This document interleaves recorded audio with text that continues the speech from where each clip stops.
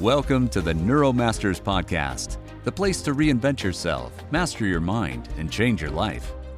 Internationally recognized speaker, coach, and trainer Reg Malhotra will teach you tools to improve your mindset, change your behaviors, and let your relationships thrive. Are you ready to unlock the power of your mind? Here's your host, Reg. He had some feedback, and I want to say this training has a purpose and a design. Okay, I know you guys have done different things in your life, and maybe you didn't get what you went for. So for us here, if there's any overwhelm, any uncertainty, any confusion, then I'm going to go ahead and say that that's perfect. Okay, this is not linear learning here. I'm going to take you from one page to another page somewhere else in the workbook.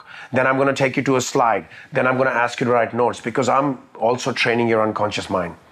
We've been taught through school system that B comes after A, C comes after B, then you do this page, and that's a linear form of learning. But human beings can also learn through non-linear ways. So I'm sorry when I say this may sound harsh, I'm not so concerned whether you're overwhelmed or confused or uncertain. I'm concerned with how you're responding to it. That's part of the training. What is your pattern being and how are you responding to it? Okay? I don't even need you to trust me. Listen, I have enough conviction. I've done this hundreds of times and I've seen thousands of people and I've seen thousands of lives changed. I trust enough that this shit works, right? I have enough conviction and I'm shameless about it.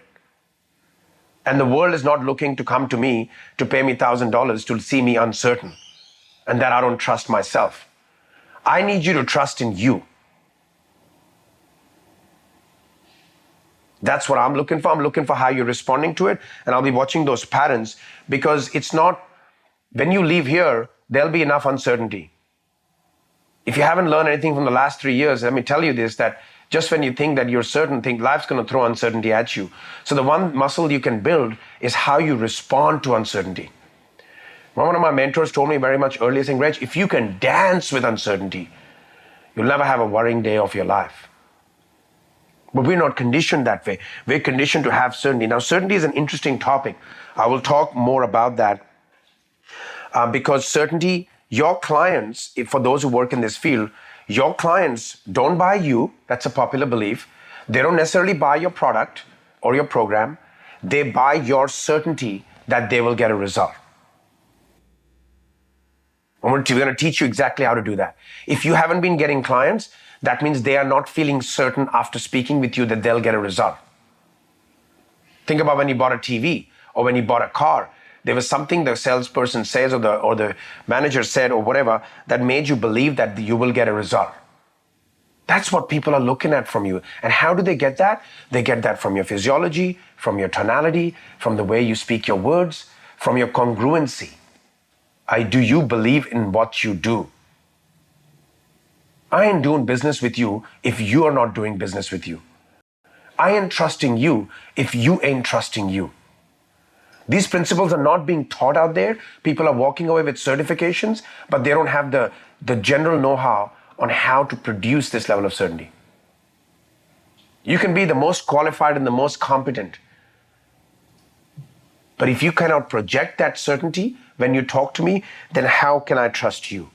So I need you to trust in you. And when I hear some of your stories, invariably at these trainings, this is how trainings work. It reminds me of my stories, and metaphors are the language of the unconscious mind. So bear with me as I take you through these stories, because some of these stories, they bypass the critical faculty and they allow you to make a connection at the unconscious level to your own life. And one of the stories that come to my mind based on yesterday was when I was little, one of the things that happened was I was trained, if you will, directly or indirectly, to not be seen. Okay? Now, I was trained directly or indirectly. See, I'm a little boy walking around. If someone told me there's adults coming over, you go to your room. You should not be here when adults are there. I don't know, has anyone ever had that? Or is it just me? Maybe it's just me. Some people have. Okay. Now, our little unconscious minds at that time can process that as either nothing oh, I'm just a kid of it. But if it's said repeatedly, because you might make a mistake or you might spill a drink. I was told I'm clumsy, so I would often, that was a hypnotic suggestion. So I would often, 1 out of 3 times, my hand would shake when I was holding a hot glass of milk, because the suggestion was so strong that I'm clumsy, and I would drop it. So then there was this idea that I should not be around when adults are around, and my little unconscious mind processed that there is something wrong in being seen. Does that make sense to everybody? At that age, remember, we are taking in everything. And so I'm like, well, I'm not, and it's not the other people that were the problem. They're only acting from their resources. Remember the presuppositions of NLP. And they're acting from their model of the world. But I wouldn't know that. I'm like, I should not be seen. There is something wrong with being seen, right? That's how my unconscious mind packaged it up, built a belief, and had me actualize those behaviors. So I'm going through my school life, and I'm, getting opportunities to audition for drama, audition for singing, audition for all these things that to be on stage. And guess what? I would get through, but then I would sabotage it. Because remember, at the unconscious level, there was a belief that I should not be seen. So I remember going through my school life and not being seen. In fact, I got to the point where being seen was petrifying for me. Now imagine, here I am standing in front of you. I worked with thousands of people. And imagine how much of a disservice I would have done to the world if I was not willing to be seen. My whole business depends on me being seen. I have to get my message out on social media with so many videos. Imagine if I was not willing to be seen. Now, I'm not saying this that we start worrying about these things. NLP is all about bringing the unconscious to the conscious. You see, related to that is as we're growing up, when we grow up, I'll be back to you, Leju, in one moment. When we're grown up, right? Now, invariably, this happens to everybody. We are very interesting as human beings. There is one parent, everybody this applies to pretty much. There is one parent whose love we craved a little more or a lot more than the other. For what reason? Well, parents have busy lives. There's one parent whose love we would crave a little bit more. And question is, in the spirit of bringing more of the unconscious to the conscious, because at this training, I'm looking for a very high standard from you all in how you show up, in how you hold space, in how you conduct yourself in these rooms. Because it's not about getting a technical concept right. It's about who you become at the end of this training is what I'm interested in. You can go and do a 1-year, 2-year NLP courses. There's plenty of them. They all end up here eventually because the change was not made. But they understood logically what's going on. You can be logical or magical. Which one you want to be? Logical or magical? Right?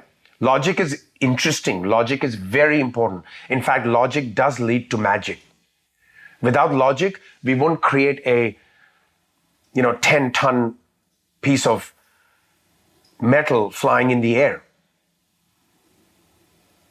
And that gives us magic. You think a plane is not magical? But the logic came first. Now you all have plenty of logic. You got lots of logic from school and colleges and all that, right? But it's about magic. I firmly believe that I create magic because I've used logic to now let go and then create magic. People buy magic. Everybody wants magic. Who doesn't want magic? And magic comes when you trust yourself, when you trust your unconscious mind, and when you start to build this level of trust. And so we have this parent whose love we crave the most. So I'm bringing this to your consciousness right now. Who did you have to be to get that parent's love and attention who you craved? Now, for some people, it works out really well. You need more woo, that's right. More woo will bring more magic. But you cannot let go of logic altogether, is not what I'm saying. Allow a bit more magic.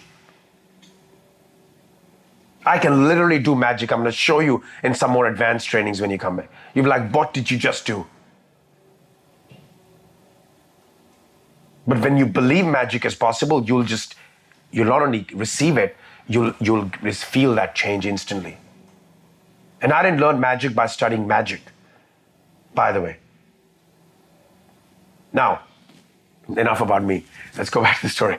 So some people, it works out really well. They become an achiever because in order to get that parents' love and attention, they had to be an achiever. They had to win at sports. They had to win in everything. And it works out fine up to a point for some people. They just become an achiever, achieving everywhere. They become CEO. They become everything. And then one day they end up back in this training. Because what happens is when we become an adult, now we don't need to get that parents' love and attention anymore, but we are still running that pattern. Some people had to be a joker, a clown, and make others laugh in order to get that parents' attention. That's right, William. I've been there too.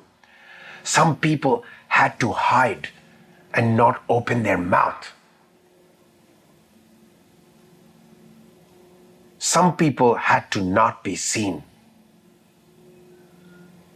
And then they run that pattern their whole life as an adult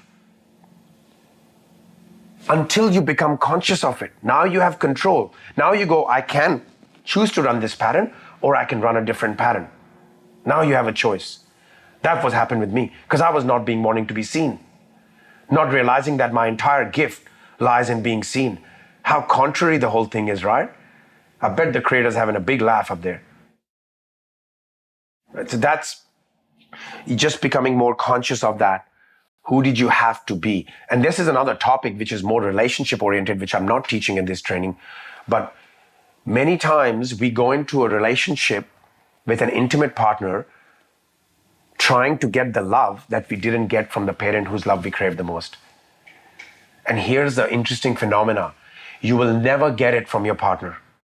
Thank you for tuning in today.